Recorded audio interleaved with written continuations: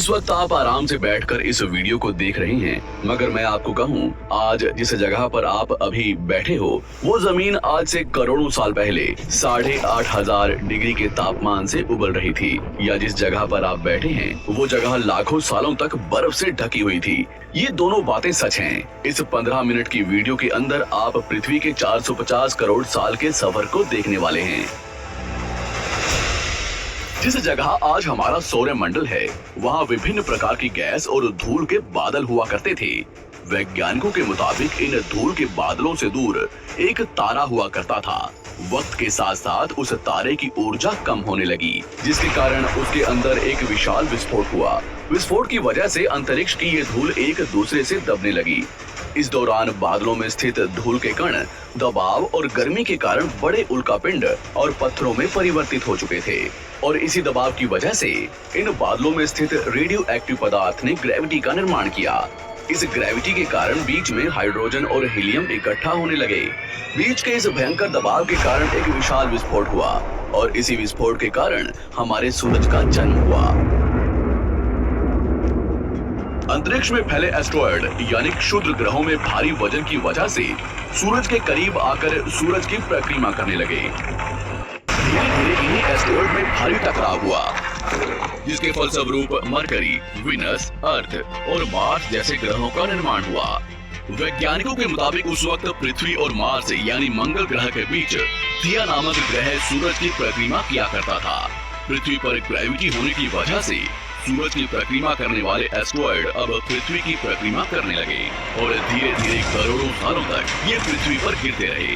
और ऐसी घटना हमारे पड़ोसी ग्रह थिया पर भी हो रही थी, जिसके कारण थिया पृथ्वी के और करीब आने लगा और आकर पृथ्वी से टकराया। इस भयंकर टकराव की वजह से पृथ्वी के हिस्से कणों के रूप में अंतरिक्ष में फैल गए और एक रिंग्स की तरह पृथ्वी की परिक्रमा करने लगे।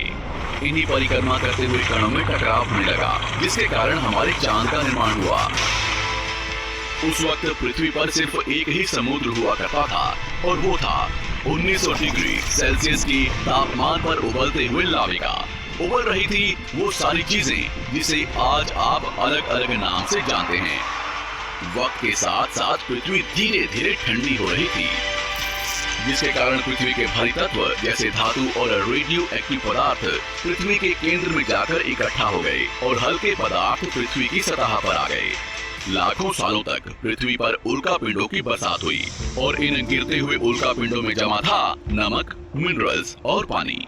करोड़ों सालों तक इन उल्कापिंडों की बरसात होती रही, और धीरे धीरे पृथ्वी की ऊपरी सतह पानी से ढकने लगी। वैज्ञानिकों के मुताबिक यही वो वक्त था जब दूर गहरे पानी के अंदर निकलते ज्वालामुखियों से पहली बार सूक्ष्म जीवों का निर्माण हुआ।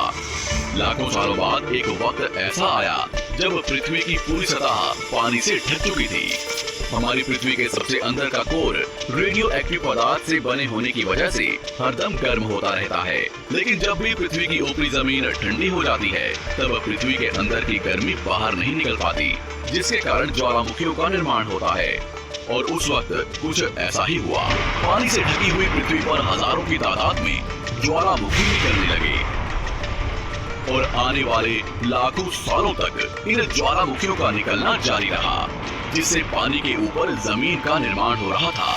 इस वक्त भी पृथ्वी पर वातावरण न होने की वजह से अंतरिक्ष से उल्कापिंडों की बरसात हो रही थी।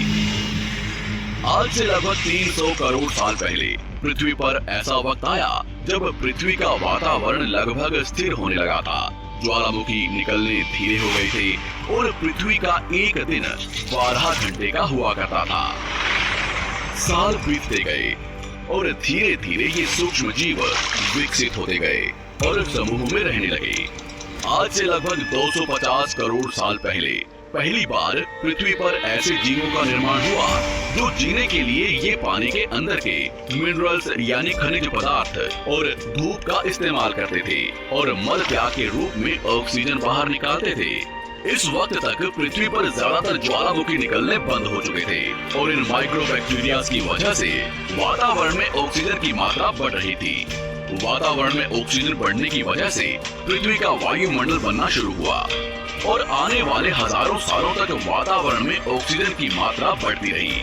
जिसकी वजह से पृथ्वी के ज्यादातर हिस्सों में ये सूक्ष्म जीव फैल गए। हजारों सालों बाद एक वक्त ऐसा आया जब पृथ्वी में ज्यादा ऑक्सीजन बढ़ने के कारण ये सूक्ष्म जीव मरने शुरू हो गए। उस वक्त तक पृथ्वी का वातावरण ठंडा होने के साथ साथ ऑक्सीजन से भी भर चुका था, जिसके कारण जमीन और वातावरण में स्थित आयरन यानी लोहे के मिनरल्स पानी में स्थित ऑक्सीजन से रिएक्ट होने लगे। और एक वक्त ऐसा आया जब पृथ्वी की जमीन आज के मार्स के जैसे लाल हो चुकी थी। वक्त बीतने के साथ साथ धरती की टेक्टोनिक प्लेट्स में दरार होने लगी, जिसके कारण पृथ्वी के अंदर का लावा जमीन की तरह कई लाखों सालों तक खुला उबलता रहा। और यही वो कारण था जिसके कारण पृथ्वी के वातावरण में कार्बन डाइऑक्साइड की मात्रा बहुत बढ़ गई और पृथ्वी पर एसिड की वर्षा शुरू हो गई। एसिड रेन की वजह से पृथ्वी का तापमान घटने लगा और तापमान इतना घटा कि पृथ्वी के ऊपर स्थित पानी बर्फ में परिवर्तित होने लगा। पृथ्वी पर पहली बार भयंकर आइस एज आया। इस वक्त पूरी पृथ्वी सफेद बर्फ से ढक चुकी थी। आमतौर पर जब धरती पर सूरज की किरणें गिरती हैं, तब जमीन उन किरणों को सोख लेती है, मगर क्योंकि पूरी पृथ्वी बर्फ से ढक चुकी थी और क्योंकि बर्फ सफेद और चमकीली होती है, जिसके कारण सूरज की किरणें धरती पर गिरने के बाद वापस चली जाती थी। इसी कारण से पृथ्वी कई लाखों सालों तक बर्फ से ढकी रही, मगर फिर से पृथ्वी के अंदर स्थित गर्मी ज्वालामुखी के रूप में निकलना शुरू हो गई और इन ज्वालामुखियों से निकलने वाली गर्मी ने बर्फ को पिघलाना शुरू कर दिया। इसी बीच पृथ्वी की गहराई में बचे कुछ सूक्ष्म जीव धीरे धीरे बदल रहे थे और अब वो ऑक्सीजन को अपने शरीर को बड़ा और जटिल बनाने के लिए इस्तेमाल करने लगे थे। इस बीच पानी में अलग से भी छोटे समुद्री पौधे निकलने शुरू हो चुके थे। बाहर जैसे जैसे ज्वालामुखी निकल रहे थे, वैसे वैसे वातावरण कार्बन डाइऑक्साइड की वजह से गर्म हो रहा था। वक्त के साथ साथ बर्फ तो पिघलने लगी, मगर धरती पर फिर से एसिड की वर्षा शुरू हो गई, जिसके कारण फिर पृथ्वी ठंडी होने लगी और फिर पृथ्वी की ज्यादातर सतह बर्फ से ढक गई। ऐसा बार बार कई हजारों सालों तक होता रहा और इसी कारण से अब समुद्री जीव धीरे धीरे वातावरण के हिसाब से विकसित हो रहे थे।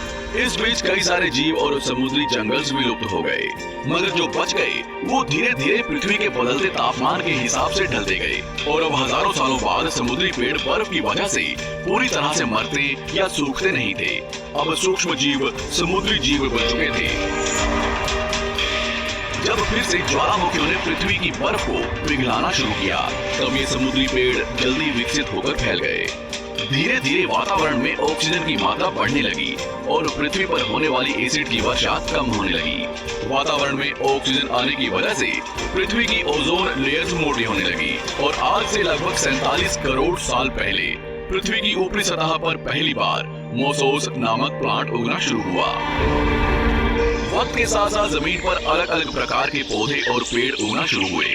एक वक्त ऐसा आया जब जमीन के पेड़ों की लंबाई लगभग 80 से 100 फीट जितनी या आज की 5 से 6 मंजिला बिल्डिंग जितनी ऊंची हो चुकी थी। ये वो वक्त था जब समुद्री जानवर समुद्र से बाहर निकल रहे थे और जमीनी जानवरों में परिवर्तित हो रहे थे। धरती की ज्यादातर जमीन एक जगह इकट्ठी हो चुकी थी, जिसे आज हम पैंजिया महाद्वीप के नाम से जानते हैं। पृथ्वी का वातावरण और तापमान लगभग स्थिर हो चुका था और अब करीब 21 से 23 घंटे का दिन हुआ करता था। अब समुद्री जीव पानी से बाहर रहने लगे थे और वातावरण के हिसाब से उनके शरीर का रंग रूप बदल रहा था। धीरे धीरे ये जमीनी जानवर डायनासोर्स में परिवर्तित हो गए। जिन डायनासोर्स ने पेड़ पौधे खाने शुरू कर दिए, उनका शरीर लंबा और विशाल रूप से विकसित होने लगा। कुछ डायनासोर्स शिकार किया करते थे, जिसके कारण वे छोटे और तेज होते चले गए।